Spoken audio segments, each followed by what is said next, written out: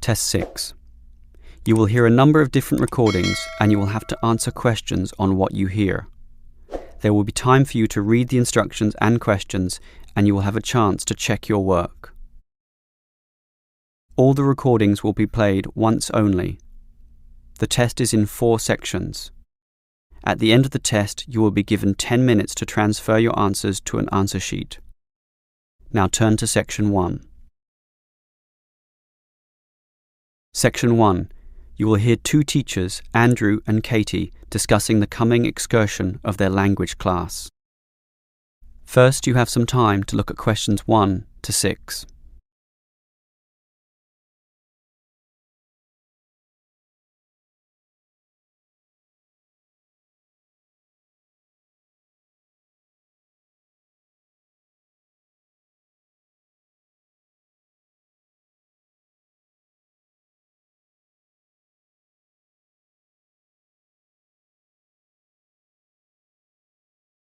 You will see that there is an example that has been done for you. On this occasion only, the conversation relating to this will be played first. Well, we have this school excursion plan, but when exactly is it? Is it this Tuesday or Wednesday? Well, it can't be Tuesday with the English tests taking place. Ah, right, not Tuesday but Wednesday. That's right, all day Wednesday, taking a bus outside the city. The excursion is on Wednesday, so Wednesday has been written in the space. Now we shall begin. You should answer the questions as you listen, because you will not hear the recording a second time. Listen carefully and answer questions 1 to 6. Well, we have this school excursion plan, but when exactly is it? Is it this Tuesday or Wednesday? Well, it can't be Tuesday with the English tests taking place. Ah, right, not Tuesday but Wednesday. That's right, all day Wednesday, taking a bus outside the city. And where are we going? Last month we went to Arthur Island, so this time we're going to the animal park. Arthur Island was okay, but it was too cold. Let's hope the weather for this week's excursion is better. I don't suppose animals care about bad weather, but I certainly do. Have you heard the forecast? Yes, and it's not too bad. Basically, they're saying Monday will be sunny. Good. But then the weather will change. Not so good. Yes. Tuesday we'll have some showers, but by Wednesday, the day of our excursion, it will be, well, their words are cold and cloudy. Cold and cloudy. Well, as long as it isn't wet and rainy, I'm happy enough. We won't need umbrellas, just warm clothing. And what time will we get there? Let's see, the bus picks us up at 8:30 a.m. and then it's an hour and a half on the road, so we arrive at 10 a.m. Sorry, with the 15-minute break, that will actually be 10:15 a.m. That's early enough. Then all our students can see the animals, have their fun, and do whatever they want to do. Well, one fun event planned that day is Birds of Prey. What's that? That's when they bring out several birds of prey, eagles, falcons, kites, those sorts of birds, and throw pieces of meat into the air, and the birds swoop down and eat them. It's quite impressive. Sounds great. Birds of prey. Are there any other activities? There's a catered lunch at the park restaurant. We've already paid for that. And in the afternoon there's... Well, I had a choice between the reptile display and the koala handling. In the reptile display, the students can handle live pythons and various other snakes. Surely they'd rather hold koalas. I'm sure, but the koalas can't be handled unless the weather's sunny, and given the forecast, I thought it better to choose the reptile display. That's a shame. These Asian students would love the koala handling. Yes, I know, but we can't control the weather. And then we get back. What time will that be? We leave the park at 4:30, but then we face traffic, so we won't get back until well after 6 p.m. It will most likely be 6:30, But that's better than the last trip. We didn't get home until 8:30 that time. Yes, that was a bit too late, wasn't it? Before you hear the rest of the conversation, you have some time to look at questions 7 to 10.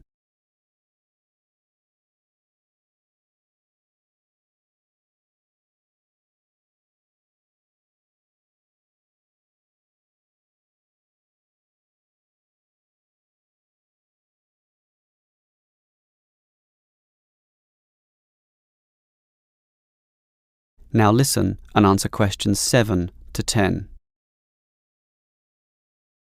Andrew, I understand you've been doing some research regarding the breakdown by nationality of our student body. That must have produced some interesting results. You're right. I got some statistics from head office. I would imagine that most of our students are either Japanese or Chinese. You imagine right. But it's the Chinese who constitute the majority, but only just. I had thought Koreans might be second, but it's actually the Japanese, quite close behind. It's somewhat surprising, but obviously all those study tours that our university markets in Japan are bringing in students. What's the breakdown exactly? Japanese are a quarter of the whole, which is considerable. Last year they were only 16%, so that market has grown nicely. The only other proportions of some weight are the Indonesians and Koreans, about the same. Indonesians at 15% and the Koreans are a little higher, not like last year when they were less than 10%. I thought we'd have more Indonesians than Koreans. Well, as I said, they're about the same. Just like the Saudi and Thai student numbers, almost the same also, both just under 10. Which one is bigger? Thai students number just a fraction more. As for the other nationalities, collectively they're only 3%, so it wasn't worth giving each of them a separate category. I just grouped them under other. That's Vietnamese, South American, a couple of Russians, and so on. That is the end of section 1. You now have half a minute to check your answers.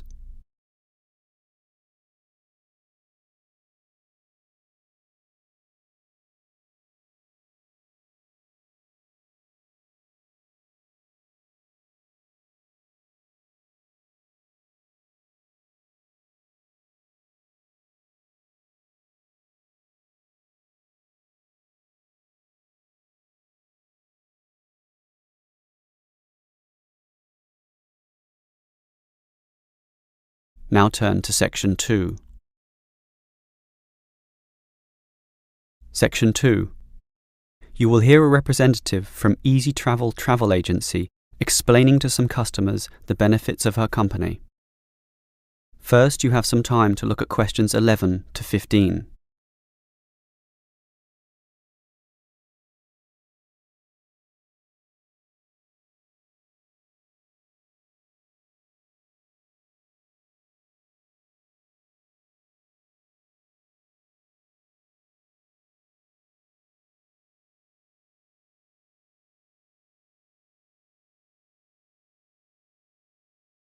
Now listen carefully and answer questions 11 to 15. Hello everyone. Now you're here because you're interested in travel, right?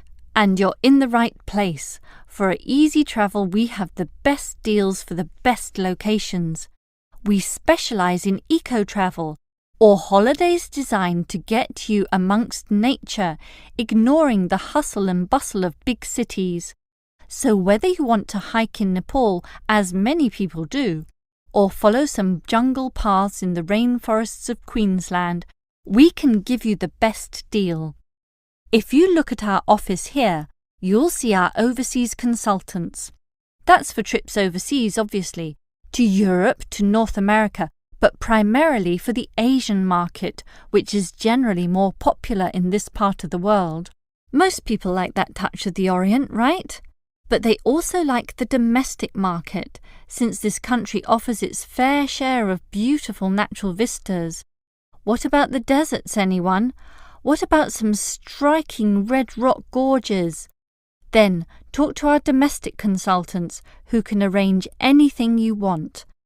But they deal with the accounts in the morning, so you'll need to talk to them in the afternoon. And remember, our office doesn't open at night, sorry to say. Now, around the outskirts and outer regions of this city, there are many beautiful places that you might not be aware of, and the advantages of these regional locations are many. Mostly by being closer, some of them can be done in a day tour. Yes, it's fast and convenient with none of those long-haul bus trips which often leave you cramped and uncomfortable and stuffing heavy suitcases into luggage racks. But I should tell you about our buses, those that are needed for the somewhat more distant holiday destinations. They definitely do not suffer from those problems I just mentioned. We use the services of the famous Sleek Line Company, whose buses are known as the very best. Yes, they are big, yes, they are comfortable, but what makes them especially different is the personal attendant who accompanies the driver, ready and willing to serve you and ensure that your trip is the very best. So whether it's overseas or local, we can certainly give you what you want. Now, do you have any questions? Before you hear the rest of the talk, you have some time to look at questions 16 to 20.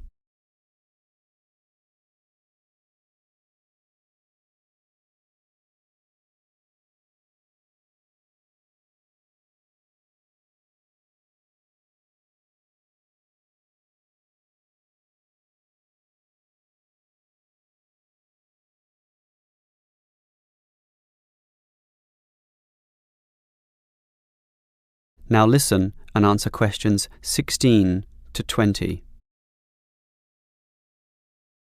Right, let me orient you to our main Easy Travel office here. On this table right beside us are travel magazines for you to browse through, and on the wall next to that are many more for all parts of the world.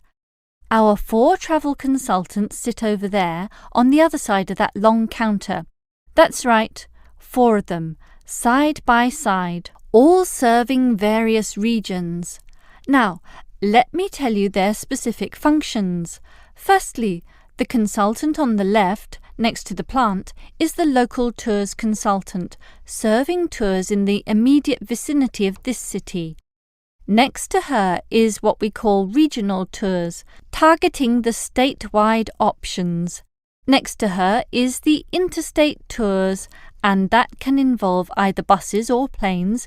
In the former case, utilising the Sleek Line bus service, as you know. And finally, next to her in the corner is General Inquiries, which is self-explanatory. If you have questions of a general nature, rather than one relating to specific destinations, you can go there. Now, as I said, we can do international tours, and for that you need our big office, just through that door, the one between those 2 plants. However, if your international tour is in the Asian region, which is generally our most popular option, then we deal with that in a separate room, the one opposite international tours, but not the corner one. Just go through that door on the left, the one next to that cupboard. The door next to that is, in fact, our general office, so please don't go through there. That's reserved for staff members only. That is the end of section 2. You now have half a minute to check your answers.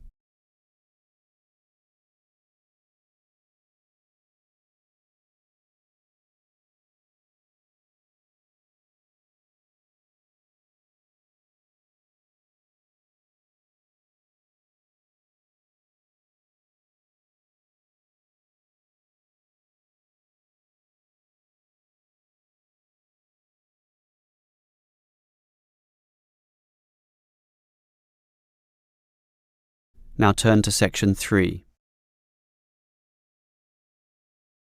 Section 3. You will hear 2 students, Sam and Liz, discussing their university orientation. Hi Liz, how do you feel about starting university here? A little bit nervous, but I'm confident I can handle it. This orientation programme seems like it will help us a lot. Sure. I'm looking at the timetable here myself. It seems that there are choices available. I can see. So, what are you going to do Monday afternoon? In the morning we all have the opening lecture, but it looks like we have a choice later that day, as you said. Well, the careers lecture might be helpful, but I am interested in the uni tour. It's probably too early to be thinking of careers now anyway, and I want to know what's what at this new university, so I'm doing the tour. All right, I'll come along with you. Might learn something interesting. After all, we haven't seen much of this place yet, and we will be spending 4 years here. Tuesday is another full day too. In the afternoon there's a lecture about study skills, but that morning offers another choice. Library tour or student union induction? What do you think?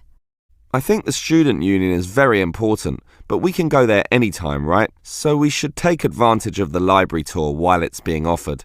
Maybe the week after, you and I can go to the student union. Library it is then. Now, Wednesday has a free session in the morning, but after lunch there's a choice between visiting the computer lab or attending a lecture on our legal rights. Well, law and rights are important, but computers are the basis of everything these days, so I'm going to the computer lab. Don't you think knowing our legal rights is equally, if not more important? We live in a very litigious and complex society now. Sure, but it's something we can pick up later, so let's leave that one out. OK. Let me see the timetable. Thursday is a free day, and the week winds up with some celebrations on Friday afternoon. It looks like a fun choice too.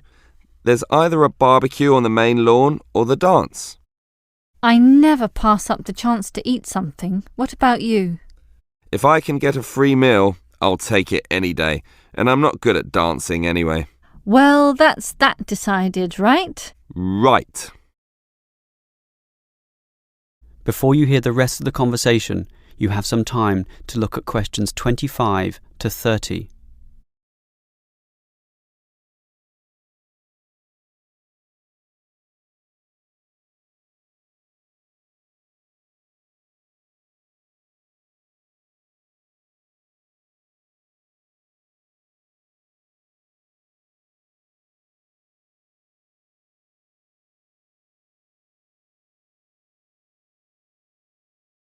Now listen and answer questions 25 to 30. Guess what, Liz? There's another interesting thing in this orientation booklet, and it looks important, about a style guide. What's that? Take a look yourself. It seems to be a set of rules regarding how to present written work, essays and that sort of thing to the lecturers. They want a uniform style of presentation. I can see, so everything we hand in must have a header and a footer. A what? A header and a footer. The footer is at the bottom of the page and the header is at the very top. That's why they call it a header, you know, that little bit of writing giving details about the work. And they also want the word count. Why do they need that? I guess because the lecturers will specify the number of words they want for their assignment. And they want to be sure students follow this. And even the heading on the page has to be a specific dimension, 16 points and bold print and underlined. And subheadings are 14 points, and the font has to be Arial for everything. Yes, the main text is Arial too, as you said, and the size is 12 points, with the header and footer being slightly smaller at 10 points each. Well, it seems logical. The size of everything is in proportion to its importance, but why do they need the spacing of the main text to be 1.5? The header and footer are different. They're only single-spaced. Probably to allow the teacher to insert comments or corrections, or just to make it all more readable, I suppose. And we need wide margins on the left, right, top and bottom, probably for the same reason. Lots of space to allow the addition of comments. That's a bit scary, actually. It seems to assume we will be making mistakes. And look what they want in the header and footer. The header has the name of the work, Not the name of the teacher? No, the work, but surely the teacher's name must go somewhere. Ah, here it is. It goes in the footer. OK, I'd say this is all logical. If a page is lost, say falls to the floor, then with all this information it can always be traced back to the teacher involved. Right. As you say, all very logical. That is the end of section 3. You now have half a minute to check your answers.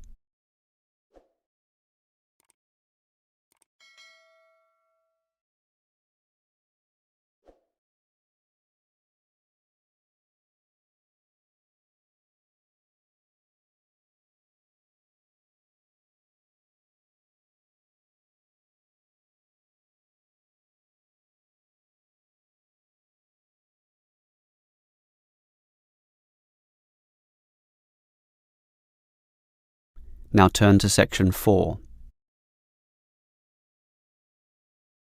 Section 4. You will hear a lecturer discussing public parks. First, you have some time to look at questions 31 to 34.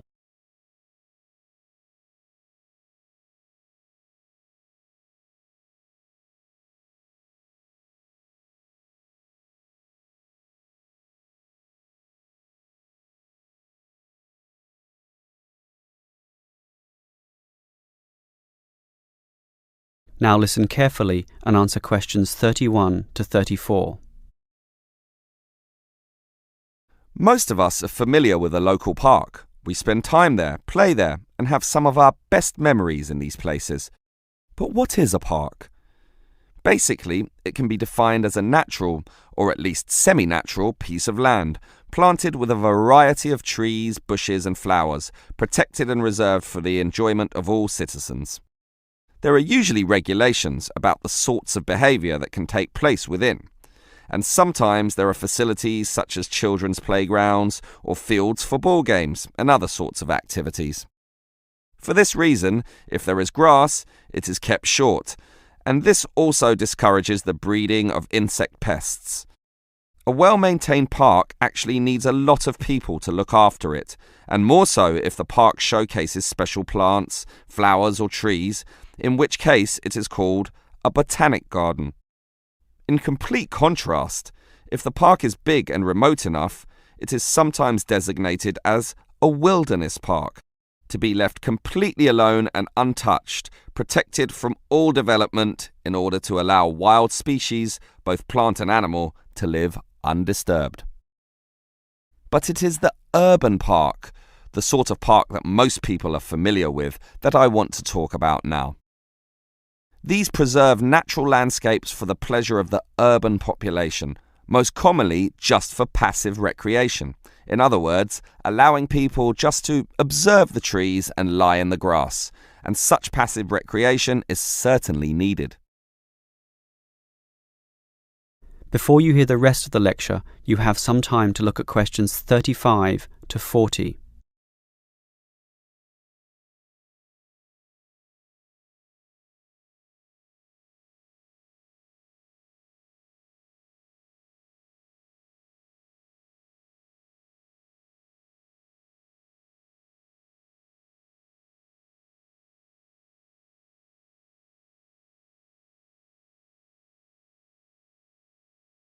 Now listen and answer questions 35 to 40. Continuing on the subject of parks, it might surprise you to know that once there were none.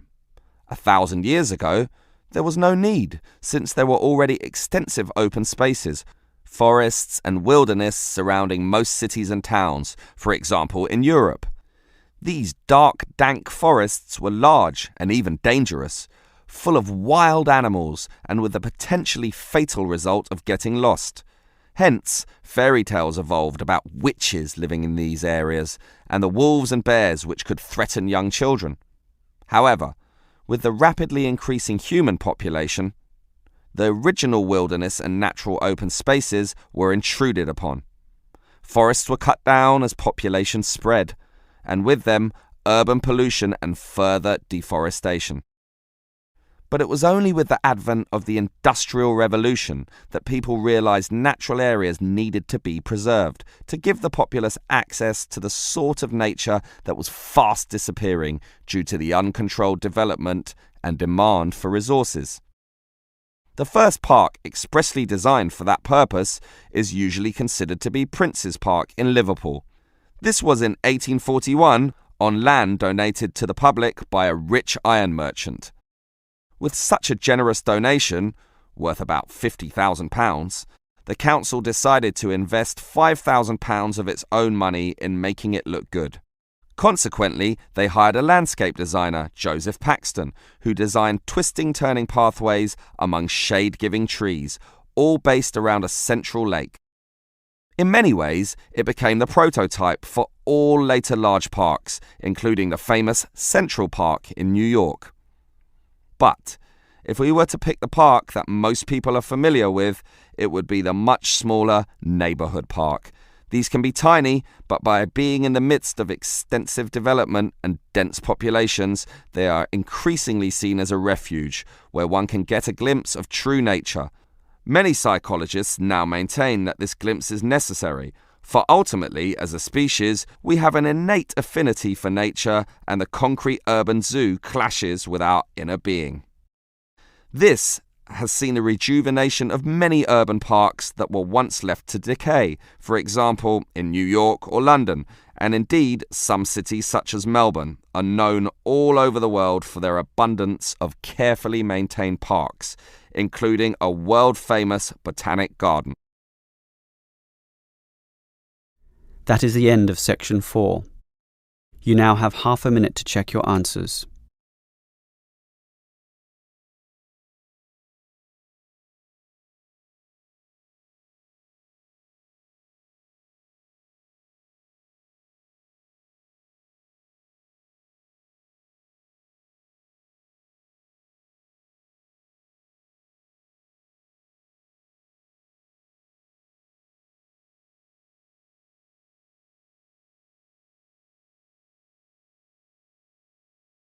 That is the end of the listening test. In the Ielts test, you would now have 10 minutes to transfer your answers to the answer sheet.